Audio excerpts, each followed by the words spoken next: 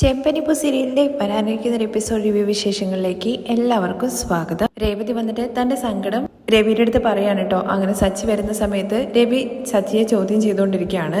അതിന്റെ ഇടയ്ക്ക് കയറിയിട്ട് കുത്തിത്തിരിപ്പുണ്ടാക്കാൻ നോക്കിയിട്ട് നമ്മുടെ ശ്രുതിയും അതുപോലെ ശ്രുതിയും കൂടി ചേർന്നിട്ട് രണ്ടിടത്തിനും കണക്കിന് കൊടുക്കുന്നുണ്ട് നമ്മുടെ രേവതി. ആ എപ്പിസോഡിന്റെ വിശേഷങ്ങൾ കേൾക്കാത്തവർ ആരെങ്കിലും ഉണ്ടെന്നുണ്ടെങ്കിൽ അതിന്റെ ലിങ്ക് ഞാൻ ഐക്കാട്ടിലും അതുപോലെ പിൻ കമന്റായിട്ടും കൊടുത്തേക്കേട്ടോ.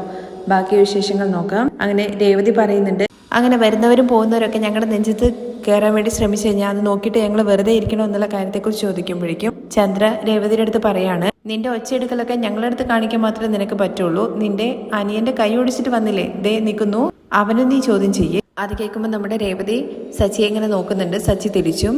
തുടർന്ന് രവി, സച്ചി 1000 കാരണം ഉണ്ടാവാം, പക്ഷേ നീ അവനെ കൈ ഓടിച്ചത് ഒരിക്കലും ശരിയായിട്ടുള്ള കാര്യമല്ല, തെറ്റ് തന്നെയാണ്. അവന്റെ ഭാവിയെ കുറിച്ച് നീ ചിന്തിച്ചിട്ടുണ്ടായിരുന്നോ? ഇതിന് മാത്രം നിനക്ക് എന്ത് ദേഷ്യമാണടാ? നിന്നെ ആരും ചോദ്യം ചെയ്യില്ല എന്ന് നീ വിചാരിച്ച് നടക്കുവാണോ? ഇത്രയും വയസ്സായിട്ടും നിന്നെ ഞാൻ നീ അടിച്ചു വളർത്തണോ? നിന്നെ പോലെ എല്ലാവരുടെ മുമ്പിൽ കൈനീട്ടി എനിക്ക് ശീലമില്ല. ഈ ശീലമൊക്കെ നിനക്ക് എവിടുന്ന് കിട്ടിയതെന്നുള്ള കാര്യം ചോദിക്കുമ്പോഴേക്കും ചന്ദ്രമതി, എല്ലാം നിങ്ങളുടെ അമ്മയുടെ അടുത്ത് കിട്ടിയതാണ്, അവരുടെ അടുത്തായിരുന്നല്ലോ ഇവൻ വളർന്നുണ്ടായിരുന്നത്. ചന്ദ്രൻ നേരവും സമയം നോക്കാതെ സംസാരിക്കരുത്, ചുമ്മാ ഇരിക്കാൻ വേണ്ടി പറയാണ്. സച്ചി, നീ ചെയ്തത് വലിയ തെറ്റാണ്. നീ പോയിട്ട് അവൻ്റെ അടുത്ത് മാപ്പ് പറയണമെന്ന് പറയണേ. അച്ഛൻ, ഞാൻ അവനോട് മാപ്പ് ചോദിക്കണമെന്നുള്ള കാര്യം ചോദിക്കുമ്പോൾ നീ ചെയ്തത് തെറ്റാണ്, ഞാൻ മാപ്പ് ചോദിക്കില്ല എന്നുള്ള കാര്യം സച്ചി പറയുന്നുണ്ട് കേട്ടോ. കാലങ്ങളായിട്ട് ആര് തെറ്റ് ചെയ്തു കഴിഞ്ഞാലും അതെല്ലാം എന്റെ തലയിലാണ് വന്ന് വീഴുക. ആര് തെറ്റ് ചെയ്താലും അതിനെല്ലാം കാരണം സച്ചിയാണ്. ഇത് കേൾക്കുന്ന സമയത്ത് നമ്മുടെ ശ്രുതി ഇങ്ങനെ തല താഴ്ത്തുന്നുണ്ട്. ഒന്നും പുറത്ത് പറയാനും പറ്റില്ല.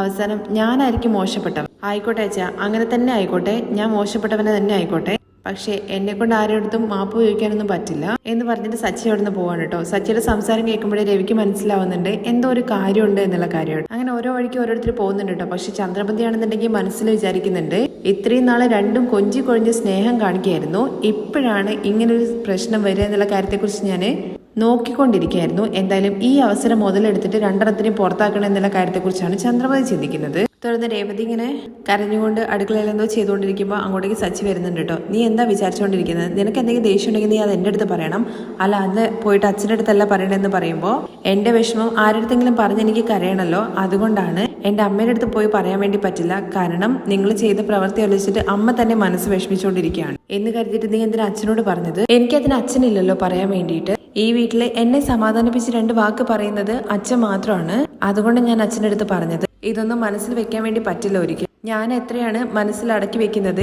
എന്റെ നെഞ്ച് പൊട്ടിപ്പോകുന്ന പോലെ ഇരിക്കുന്നു. അതാണ് ഞാൻ പറഞ്ഞു പോയത്. തെറ്റാണെങ്കിൽ എന്നോട് ക്ഷമിക്കണം. ഈ വീട്ടിൽ എനിക്ക് അതിനുള്ള അവകാശം ഇല്ല എന്നുണ്ടെങ്കിൽ ഞാൻ ഇനി എന്തായാലും അത് ചെയ്യില്ല. വീട്ടിൽ ചെയ്യുന്ന ജോലി മാത്രം ചെയ്തിട്ട് ഞാനൊരു മൂലക്കിലിരുന്നോളാം. അങ്ങനെ രേവതി ഇങ്ങനെ കയ്യിൽ കൊണ്ട് ഇളക്കിക്കൊണ്ടിരിക്കുകയാണ് കേട്ടോ. അപ്പൊ കൈ പൊള്ളുന്നുണ്ട്. അപ്പോഴേക്കും രേവതി എന്ന് പറഞ്ഞിട്ട് നമ്മുടെ സച്ചി പിടിക്കുകയാണ്. വേണ്ട, സംസാരത്തിലുള്ള സ്നേഹമൊന്നും ഇനി വേണ്ട, ഞങ്ങൾക്ക് നാദനില്ലാണ്ടായി പോയല്ലോ. ആർക്ക് വേണമെങ്കിലും അടിക്കാം, കൈ പിടിച്ച് തിരിക്കാം, കൈ ഒടിക്കാം, വേദനിച്ചാലും ഞങ്ങൾ അത് സഹിച്ചോണ്ടിരിക്കണം. മിണ്ടാതെ.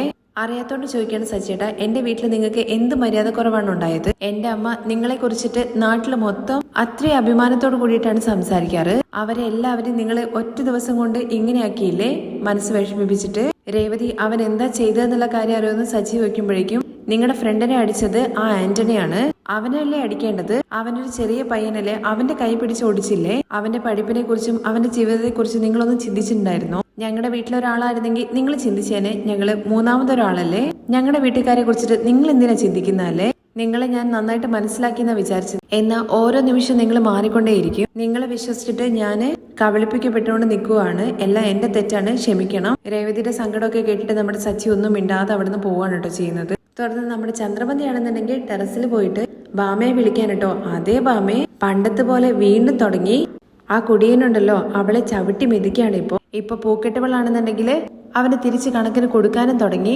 ഇപ്പോഴാണ് എനിക്ക് സന്തോഷമായത്. അവർക്കിടയിൽ പ്രശ്നം നടക്കുന്നത് നിനക്ക് സന്തോഷമാണോ എന്നുള്ള കാര്യം ബാമ ചോദിക്കുമ്പോൾ, പിന്നെ അല്ലാതെ രണ്ടുപേരും ഇത്ര നാൾ എന്തൊരാട്ടായിരുന്നു. ആ കുടിക്കുന്നവന് ഞാൻ എന്തെങ്കിലും പറയുമ്പോഴേക്കും ഈ പൂക്കെട്ടുന്നവളുണ്ടല്ലോ അവനെ സപ്പോർട്ട് ചെയ്ത് വരുമായിരുന്നു. ഇവനാണെങ്കിൽ അവൾക്ക് കടയും വെച്ചു കൊടുത്തു. ഒരു ദിവസം എന്തോ മേടിച്ചു കൊടുത്തില്ലേ, ആ തന്തൂരി ചിക്കൻ. പിന്നെ ആണെങ്കിൽ ഹലുവ അവളെ വായൽ ഊട്ടി വിട്ടു. ഇപ്പൊ കണ്ടില്ലേ, വേതാളം വീണ്ടും മരത്തിൽ കയറി. ഇതെല്ലാം കേൾക്കുമ്പോൾ ബാമയ്ക്ക് അത്ര ഇഷ്ടപ്പെടുന്നൊന്നുമില്ല കേട്ടോ. പക്ഷെ ബാമ ചോദിക്കുന്നുണ്ട്, എന്തിനാ സച്ചി രേവതിയുടെ അനിയനെ തല്ലിയത്? കാരണമില്ലാതെ അവൻ അങ്ങനെ ചെയ്യില്ലല്ലോ. അവൻ ഒരാളെ അടിക്കാൻ വേണ്ടിയിട്ട് കാരണം വേണോന്നുള്ള കാര്യം ചോദിക്കാൻ കേട്ടോ ബാമയുടെ അടുത്ത് ചന്ദ്ര. കുടിച്ച് ബോധമില്ലാതെ പോയി അടിച്ചതായിരിക്കും. അത് മാത്രോ, ഈ രേവതിയുടെ അനിയൻ എന്താ വലിയ നല്ലവനാണോ?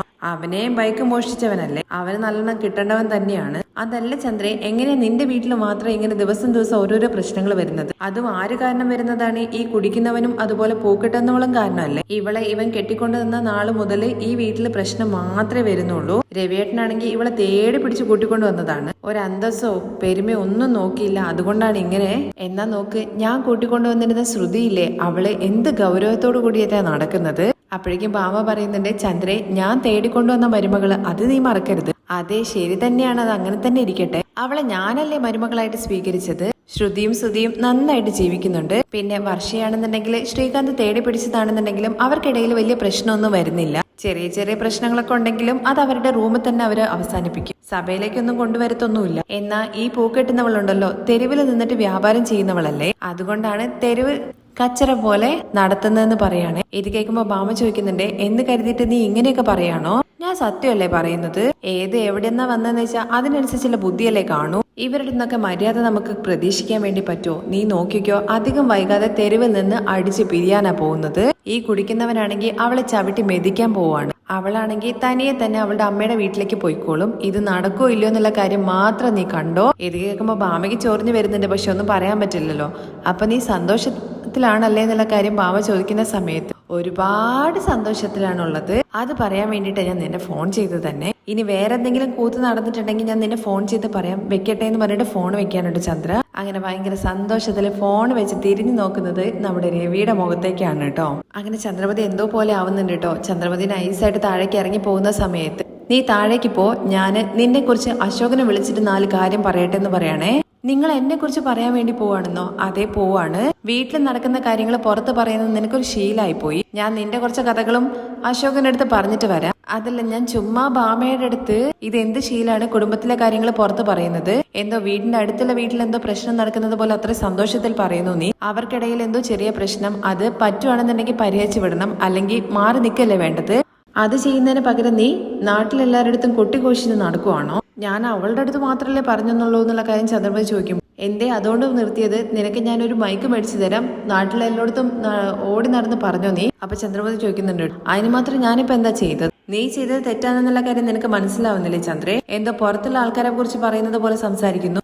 അവൻ നിന്റെ മകനാണെന്നും അവള് നിന്റെ മരുമകളാണെന്നും നീ ഓർക്കണം. അവർക്കിടയിൽ പ്രശ്നം നടക്കുന്നത് നിനക്ക് സന്തോഷാണല്ലേടി? ഇപ്പൊ എന്താ, അവർക്ക് പഞ്ചായത്ത് പറയാൻ വേണ്ടിയിട്ടാണോ നിങ്ങളത് പറയുന്നതെന്നുള്ള കാര്യം ചോദിക്കുകയാണേ. അവരുടെ കഥ ഞാൻ മറ്റുള്ളവരടുത്ത് പറഞ്ഞില്ലെങ്കിലും അവരുടെ കഥയാണോ നാട്ടിൽ അറിയാണ്ടിരിക്കാൻ പോകുന്നത്? ലോക്കലായിട്ടുള്ള ആൾക്കാരല്ലേ.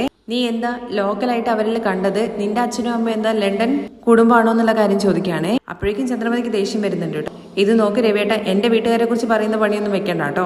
ഓഹോ, അപ്പൊ നിനക്ക് ദേഷ്യം വരുന്നുണ്ടല്ലേ? അതുപോലെ തന്നെയല്ലേ മറ്റുള്ളവർക്കും. സച്ചിക്കും രേവതിക്കും ഇടയിൽ പ്രശ്നം നടക്കുക എന്ന് പറയുന്നത് നിനക്ക് വല്ലാത്തൊരു കുളിർമയുള്ള ഒരു കാര്യമാണല്ലേ? ഭയങ്കര സന്തോഷത്തോടു കൂടി ചിരിച്ച് അല്ലച്ച് പറയുന്നുണ്ടല്ലോ. അവരെന്താ പുതിയതായിട്ടാണോ കച്ചറ ഉണ്ടാക്കുന്നത്? ഇത് തുടർക്കഥയായിട്ട് ഓടിക്കൊണ്ടിരിക്കുകയല്ലേ. അവർക്ക് മര്യാദയ്ക്ക് ജീവിക്കാൻ അറിയില്ല.